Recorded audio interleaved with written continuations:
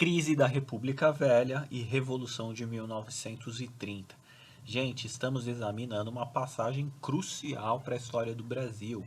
É o momento da transição entre a República Oligárquica, ou a República dos Cafeicultores, ou a República Velha, para a chamada Era Vargas. Getúlio Vargas, o presidente do Brasil que vai governar o Brasil de 1930 a 45, representando os anseios de uma nova sociedade que está emergindo no Brasil. Nos anos 20 e nos anos 10, 20 e nos anos 30, o Brasil está se transformando muito, gente. Está surgindo uma nova classe social, que é a burguesia. E essa burguesia brasileira, ela quer comércio, ela quer indústria, ela quer um mundo urbano, ela quer um mundo diferente daquele dos cafeicultores da República Velha. O Brasil era rural, tá? E a economia do Brasil era pautada na exportação de café. Essa burguesia, essa nova classe média, esse novo e todo o setor de serviços e novos consumos que vem surgindo no Brasil, eles querem inserir o Brasil, eles querem que o Brasil se modernize, que o Brasil passe a se industrializar, passe a diversificar a sua economia, tá?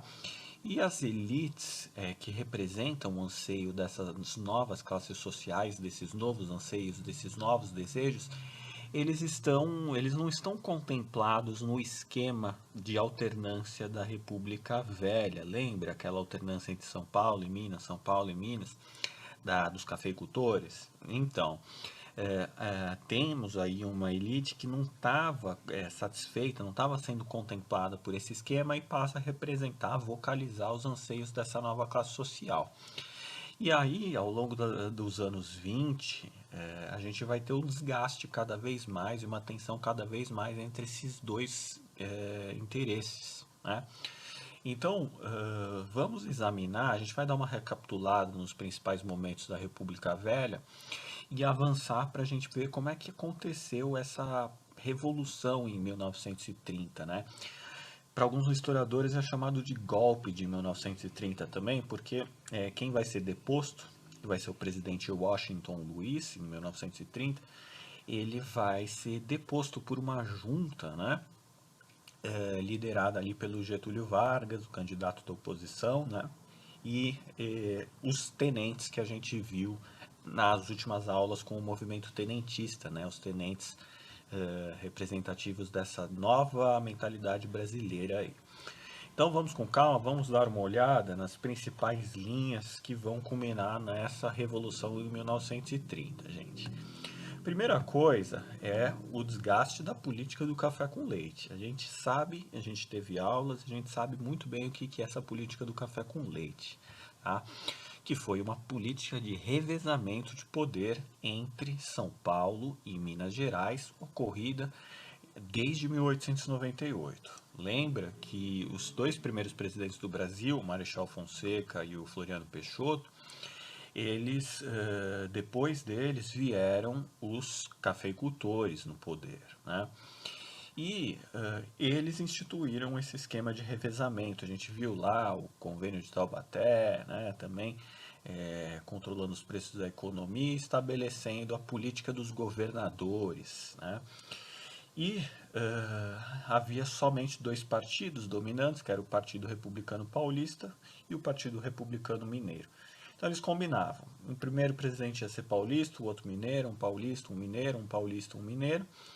E eles controlavam também as eleições a nível local, nos governos, nos estados e nos municípios, através do voto de cabresto, né?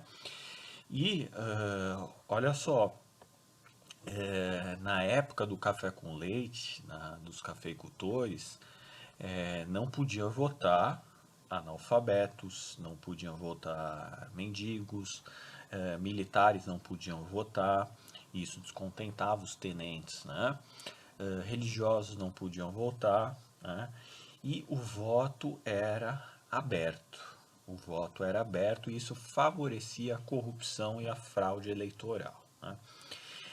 E a política dos governadores, que era vigente também nesse período, a gente viu, instituída principalmente ali a partir do governo Campos Salles, né, que foi o quarto presidente do Brasil, ele garantia apoio aos governadores, né, os presidentes paulistas e mineiros apoiavam os governadores, e em troca eles exigiam que os governadores controlassem os coronéis de cada município para que manipulassem e fraudulassem as eleições abertas para garantir a continuidade do esquema, né?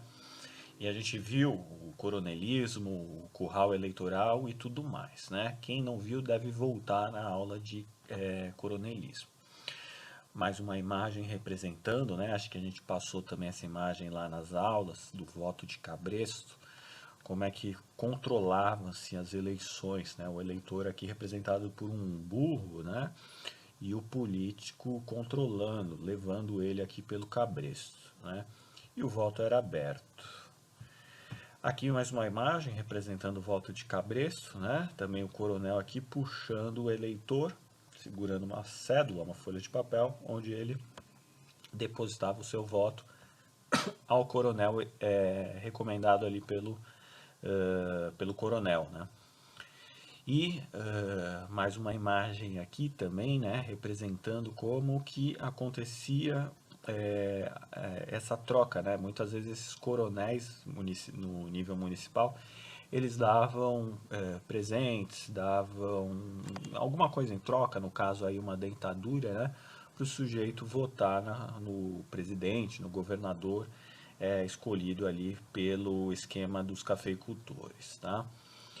E a partir da década de 20, principalmente, a gente viu que esse esquema eleitoral ele começou a ser contestado. Contestado por quem? Pelas novas classes médias emergentes no Brasil. A gente viu que classe média no Brasil ela está surgindo agora, nos anos 20, né? E essas classes médias, principalmente em São Paulo, no Rio de Janeiro, e um pouco nas capitais, né, Porto Alegre e Belo Horizonte, elas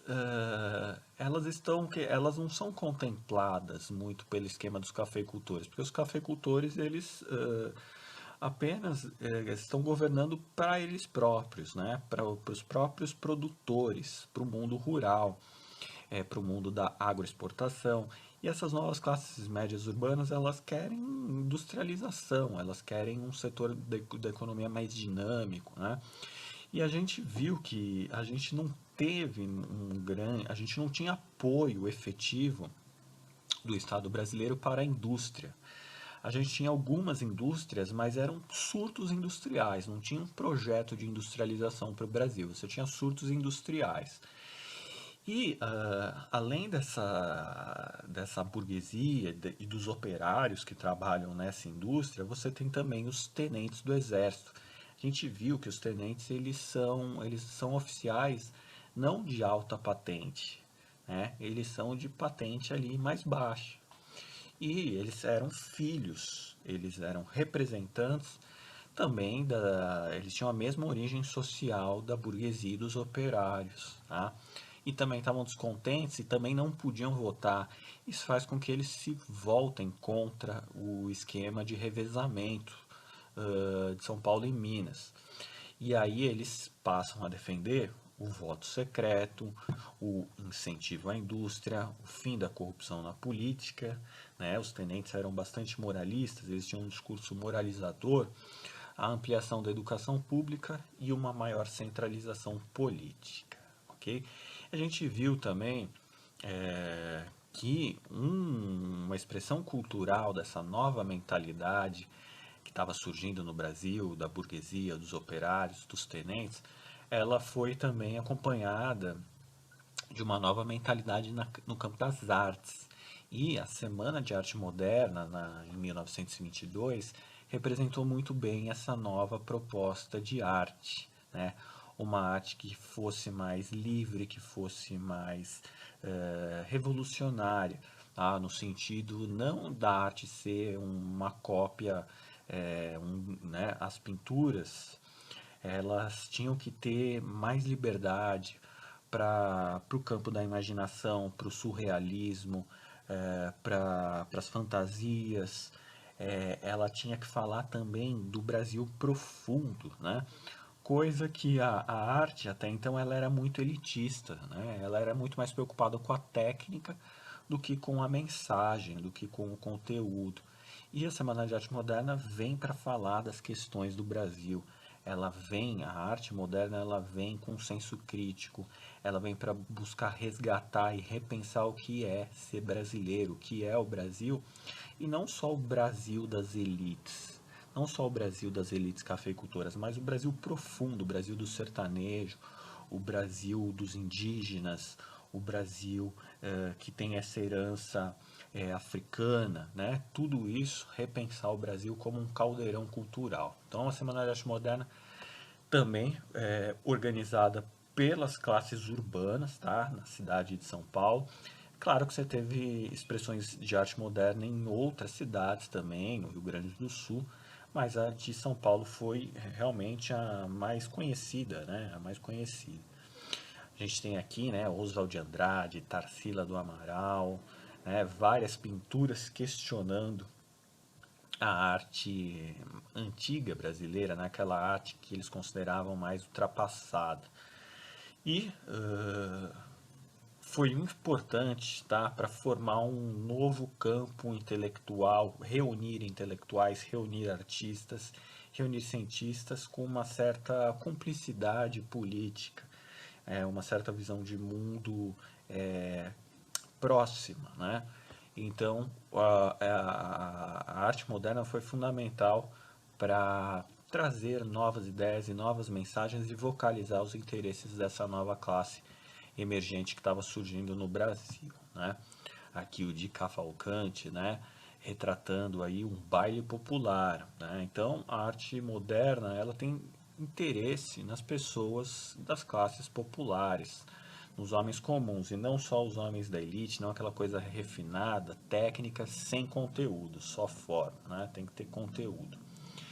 E a indústria no Brasil, ela era muito limitada. A gente viu que os industriais brasileiros, eles não tinham um apoio do Estado brasileiro, então eles dependiam muito de surtos, né? E o que são surtos? São incentivos rápidos e momentâneos que se dão para a indústria conforme o contexto externo, o contexto mundial. Então, por exemplo, estourou a Primeira Guerra Mundial, 1914 e 1918. A primeira coisa que a Europa e os Estados Unidos vão fazer é cortar o café brasileiro, porque quem está em guerra vai ter que colocar o café como segunda opção, né? E o Brasil vai deixar de exportar café nesse período, e aí quem não, se o Brasil só exportava café, como é que fica para comprar sapato, roupa, ferramentas e tudo mais, né? Então aí por essa necessidade tem-se um surto industrial. Então o Brasil teve um surto lá, mas aí depois acabou a guerra e o Brasil voltou, as indústrias voltaram a cair, né? Então ela não tinha uma sistematicidade de incentivos. E a gente tinha uma grande parte do capital que era acumulado nesses surtos industriais, eles eram muitas vezes reinvestidos no próprio café e não na própria indústria, né? Então não havia política do governo federal para indústrias. Isso só vai mudar lá com Vargas mesmo, né? Mas ao mesmo tempo você tem um movimento operário crescendo e reivindicando aí direitos trabalhistas, tá? Você tem aqui, ó, os 70 mil operários na greve de 1917 que a gente já viu. Lembra o que aconteceu em 17 no mundo? Revolução Russa. Revolução Russa, e os operários tomam, né, os camponeses, os operários derrubam a monarquia russa, e isso traz um incentivo muito forte para os trabalhadores da Europa e também aqui da América do Sul, né? E o anarquismo, que era uma ideologia muito forte nas classes operárias, aos poucos ele vai sendo cada vez mais substituído pelo socialismo e o comunismo, né? E aí os trabalhadores, essa greve de 17 foi crucial porque ela mobilizou muito os trabalhadores, tá? não tinha só anarquista nem comunista aqui, tinha pessoas que não se filiavam necessariamente a uma corrente ideológica específica, tá? Mas ele teve impacto não só em São Paulo, ele extrapolou para outras cidades do estado de São Paulo, e esses caras começaram a reivindicar, ó, liberdade, tá? Para as pessoas que foram detidas, liberdade de protestar, liberdade de fazer greve, direito de associação sindical, coisa que não existia. Tá? Trabalhador se organizando em sindicato era proibido, tá? Os caras eram demitidos. Trabalho apenas para maiores de 14 anos era outra exigência do movimento operário, porque até então não haviam leis trabalhistas regulando o trabalho para menores e proibindo, né, que menores de 18 e mulheres trabalhassem de noite. Tá? Então, são coisas que para a gente parecem meio óbvias hoje, mas elas não nem sempre existiram. Tá? Regulamentação do trabalho é uma coisa que foi e também não foi dada de presente, foi uma coisa que teve muita luta por trás disso, inclusive derramamento de sangue. Tá? Melhores salários, era uma exigência do movimento operário, conseguiram, tá? Pagamento de salários quinzenalmente, garantia de operários na permanência do trabalho, jornada limitada a 8 horas, tá? Porque até então se podia trabalhar 13, 14, 15, né? Aumento de 50%, tá? Em trabalhos extraordinários, aqueles que são feitos fora do campo comum, fora do horário comum, fora do lugar comum, né? Todo aquele trabalho que extrapola a função do operário vai ter que ter um aumento, tá? E como é que era visto esse movimento operário pelas autoridades? Era visto como caso de polícia, tá, gente? Tem a famosa frase do Washington Luiz que diz, né, o movimento operário, a questão trabalhista no Brasil é caso de polícia, né? Tem que ter repressão. E mesmo antes do Washington Luiz, o Arthur Bernardes, por exemplo, né, foi um presidente conhecido por forte repressão ao movimento operário, aos anarquistas, né?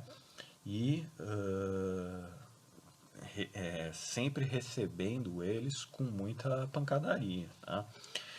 Mas ao mesmo tempo você tem também a organização e a coesão cada vez mais forte também desses trabalhadores, como, por exemplo, na fundação do Partido Comunista Brasileiro, né, em 1922, ali orbitando, né, no campo de influência da União Soviética. A União Soviética, a partir de 1917, né, com a Revolução Russa, e a partir da criação da União Soviética em 22, ela se torna uma opção, uma alternativa ao mundo capitalista predominante nos países ocidentais de influência estadunidense, né? E traz uma nova esperança para os trabalhadores. Então, o Partido Comunista Brasileiro vai ser fundado aqui no Brasil também, né? Em 27, você vai ter um novo ataque do governo brasileiro, em 27, com a chamada Lei Celerada, que é uma lei que combatia os chamados delitos ideológicos, ou seja, todos aqueles trabalhadores, operários, jornalistas, né, e mesmo militares, como tenentes, que fizessem propagação dessas ideias, de ideias que contestavam a ordem do governo e a ordem econômica, eles poderiam ser presos, eles poderiam ser punidos, né? Então é uma lei que visa combater e controlar os movimentos trabalhadores das classes populares, né? É o caso que era caso de polícia, né, para as autoridades. Então essa lei surgiu principalmente para punir tenentes, né, do exército, e também a Coluna Prestes, que a gente viu que foi um movimento dos próprios tenentes, né, do Rio Grande do Sul, junto com os tenentes de São Paulo, que percorreram aí o Brasil, divulgando, difundindo, né, seus ideais defendendo o voto fechado, o fim da corrupção e tudo mais, né? A gente viu ali, né, que teve um primeiro movimento foi o Forte de Copacabana em 22, que culminou ali com apenas dois sobreviventes, né, nessa marcha aí de tenentes pelas ruas do Rio de Janeiro, queriam depor o presidente Arthur Bernardes, impedia o Arthur Bernardes de assumir a presidência e foram fortemente rechaçados pelo exército, né, pela alta patente do exército. A gente viu também que a gente teve o movimento tenentista, ele também teve participação não só no Rio de Janeiro, mas também em São Paulo e no Rio Grande do Sul, principalmente aqui, ó, na Coluna Prestes, né? Coluna Prestes aqui, gente, que foi uma união de colunas do Rio Grande do Sul e São Paulo, liderada pelo Luiz Carlos Prestes, né? E esses caras, eles passaram a percorrer as cidades e os municípios do sertão para avisar a população, ó, vocês, a gente é contra o voto, a política do café com leite, a gente é contra os cafeicultores, a gente quer maior participação popular, a gente quer voto fechado e tudo mais. E a gente está aqui passando para mostrar que vocês não estão só, vocês podem ter apoio aqui dos tenentes, né? E esse movimento incomodou muito aí as autoridades também, né? Tanto é que elas foram. A coluna percorreu por anos, aqui uma foto do comando da coluna Prestes, né? E ela foi duramente combatida, né? Mas também a coluna sobreviveu por anos aí percorrendo, né? Mostrando sintomas de desgaste dessa república cafeicultora aí, né? E bom, o estopim da coisa, gente. O estopim da coisa veio aqui na eleição de 1929. Né? O que aconteceu? Em 1929, o presidente era Washington Luiz. Tá? E o Washington Luiz era paulista. Vocês lembram que é sempre um paulista e um mineiro, né? Um paulista e um mineiro. E o Washington Luiz, em tese, ele deveria indicar na sua sucessão presidencial um presidente mineiro. Mas não é o que vai acontecer, né? E o Washington Luiz vai indicar o presidente Júlio Prestes, que também era paulista, né?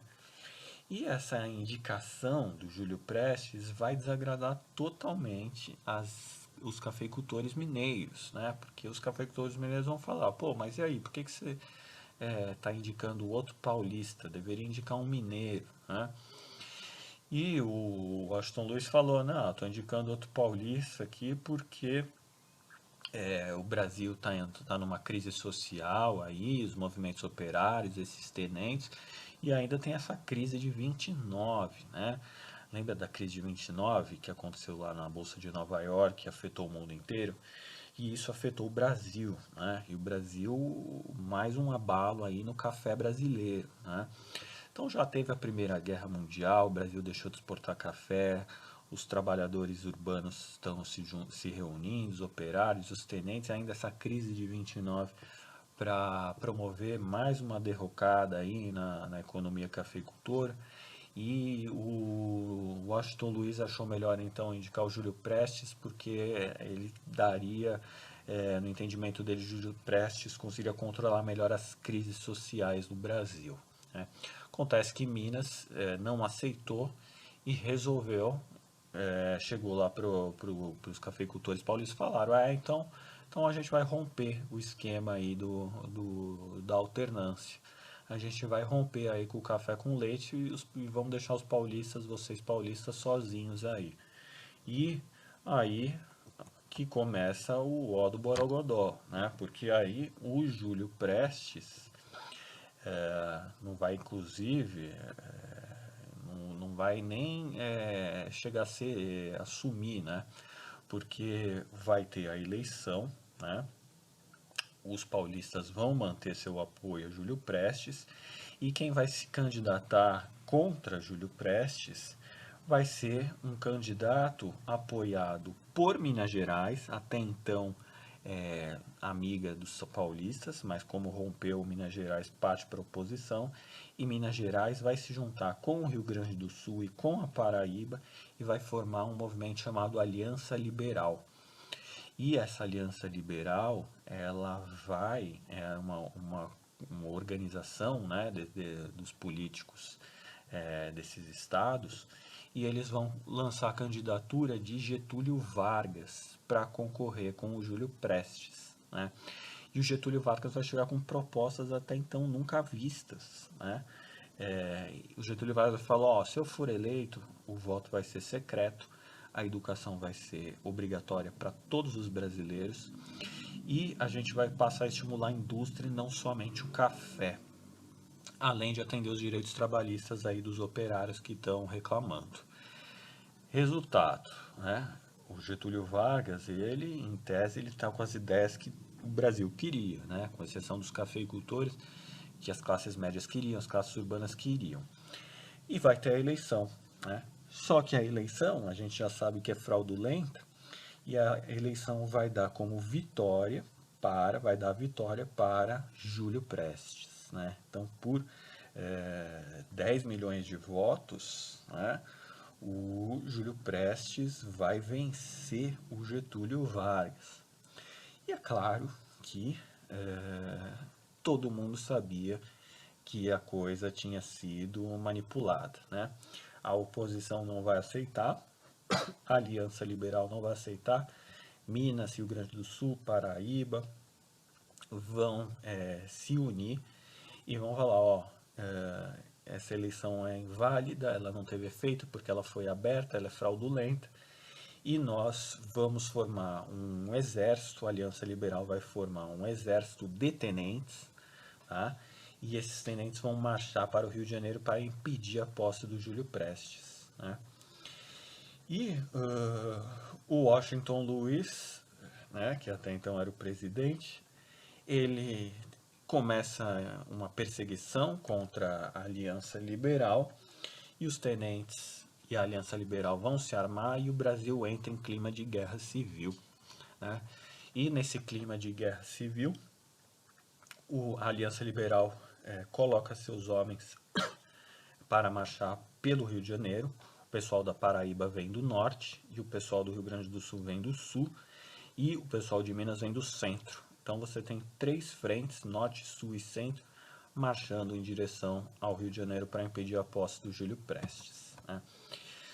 E aí as classes médias começam a apoiar a Aliança Liberal, os trabalhadores também apoiam, os tenentes estão preparados e o exército de tenentes começa a marchar para o Rio de Janeiro. E antes de estourar uma guerra, né, o próprio, olha aqui a imagem da Paraíba, né? Sabiam que essa imagem da bandeira da Paraíba, o nego que está na bandeira da Paraíba, vem justamente do negar, né? Negar o presidente, o Júlio Prestes, na sucessão da presidência, né? Que no caso a Paraíba se posicionou contra, né, a sucessão do Júlio Prestes pelo Washington Luiz e aderiu à Aliança Liberal. Então, o nego é de negar, que vem dessa época aí, né? E aí começou, né? A Paraíba manda seus homens lá para o Rio de Janeiro, o Rio Grande do Sul manda seus homens para o Rio de Janeiro, e aí o Washington Luiz não tem nenhuma saída a não ser ou ir para a luta ou abandonar o governo e abandonar do seu apoio ao Júlio Prestes, né? E aí, no final das contas, o que vai acontecer vai ser que, antes de chegar no Rio de Janeiro, uma própria junta, ali formada pelo Mena Barreto, Taça Fragoso, né? Ali própria no Rio de Janeiro, eles vão impediu o Washington Luiz de entrar no Palácio do Catete, que era o palácio do governo, né? E essa junta militar local lá do Rio de Janeiro vai falar, ó, não tem condições, Washington Luiz, de você continuar governando e não tem condições do o Júlio Prestes assumir a presidência, porque está vindo um exército de tenentes do Rio Grande do Sul, da Paraíba e das Minas Gerais e para a gente evitar uma guerra civil, você está deposto, né? E aí, quem assume a presidência vai ser o Getúlio Vargas, o líder da Aliança Liberal. E aí a gente tem uma imagem da Revolução de 30 em São Paulo, pátio do colégio, né?